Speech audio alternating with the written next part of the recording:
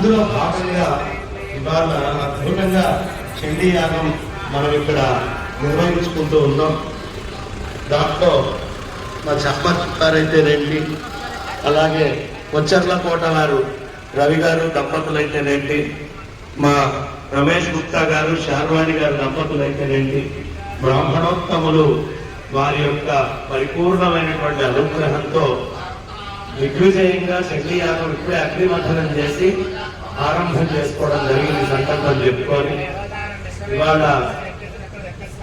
రమేష్ గుప్తా గారు చాలా హడావుడిగా ఉంది కూడా వారికి ఈ ఆదర్శం స్ఫూర్తినిచ్చేటువంటి అంశం.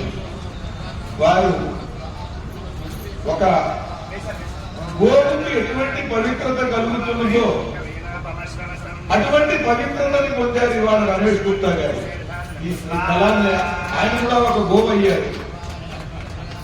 చాలా అద్భుతమైనటువంటి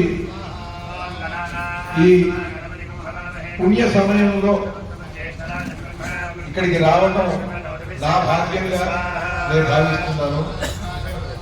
ఈ వైభవంగా దివ్యమైనటువంటి సంగీతంతో, దివ్యమైన సాహిత్యంతో ఈ క్షేత్రం మారుమోగుతూ జగద్గురువులను, జగన్మాతను సంకీర్తిస్తూ నిరంతరం ఇలా ఈ క్షేత్రం ధర్మ కార్యక్రమాలను ప్రపంచవ్యాప్తం చేయడానికి ఒక అద్భుత కేంద్రంగా, దివ్యాద్భుత కేంద్రంగా ఇది కొనసాగాలని కోరుకుంటున్నాను.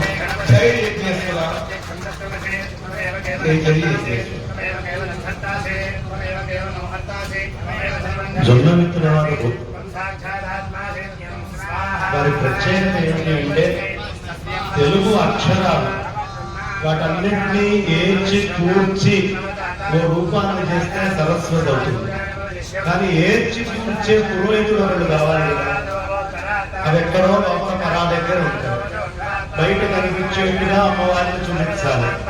అలా చూపించడంలో చాలా విశేషమైనటువంటి పాత్ర. ఆ సరస్వతి అమ్మవారి యొక్క రూపాన్ని అనుగ్రహించగలిగేటువంటి పెద్ద పాత్ర వారిది. చాలా గొప్ప విషయం అది. అలా ఉన్ననూరు గోవు శ్రేష్టమైందంటారు. ఆజ్ఞాడు గోవు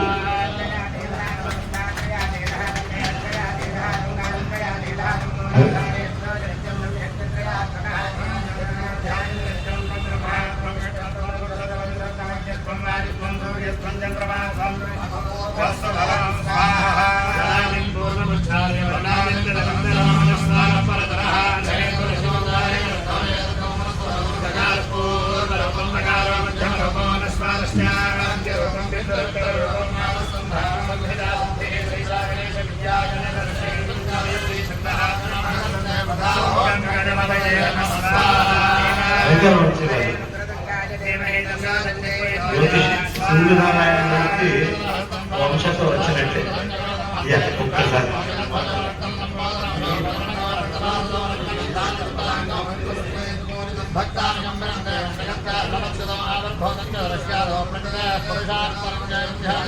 అస్మద్గురుభ్యో నమః. పరమహంస భారతీ తీర్థ మహాస్వామి వారి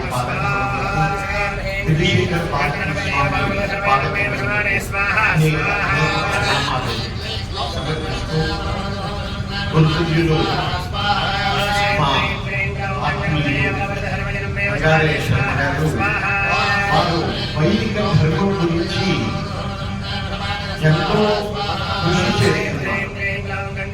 వారితో పాటు మరికొంతమంది జన్మవేశ్వర రామలింగేశ్వర గారు కానివ్వండి, అనంతలక్ష్మి అమ్మగారు కానివ్వండి, ఇలా శంకర మంచి వారు చాలా మంది వారితో ఎలాగైతే నదీ ప్రవాహాలన్నీ కలిసి సముద్రంలో కలవాలని వెళుతూ ఉంటాయో అలా ఈ ప్రవాహంలో కలుస్తూ మన వైదిక ధర్మాన్ని కాపాడుతూ చక్కగా దాన్ని మరింత దేదీప్యమానంగా ప్రపంచం వెలిగేలా ప్రకాశించేలా చేసే సాధనలో ఉన్న వీరికి కొంతవరకు నాకు సేవ చేసుకునే భాగ్యాన్ని కలిగించినందుకు వారి పెద్దలందరికీ మరొకసారి అనేక ప్రణామాలు సమర్పిస్తూ నాకు అవకాశం ఇచ్చిన శృంగేరి పీఠాధీశులకు పెద్దలకు మా అసలు కవిత్వాన్ని చెప్పే ఆనాడు తెనాలి రామలింగం చెప్పారట.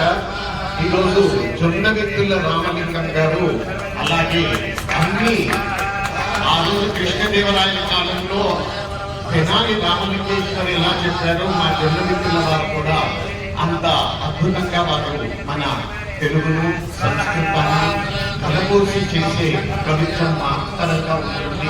అది ఈరోజు ఇక్కడ యజ్ఞ ప్రారంభంలో వారు ప్రారంభించడం మాకు అనేక ఆనంద డోలికల్లో ముంచుకుంది అని చెప్పడానికి ఎలాంటి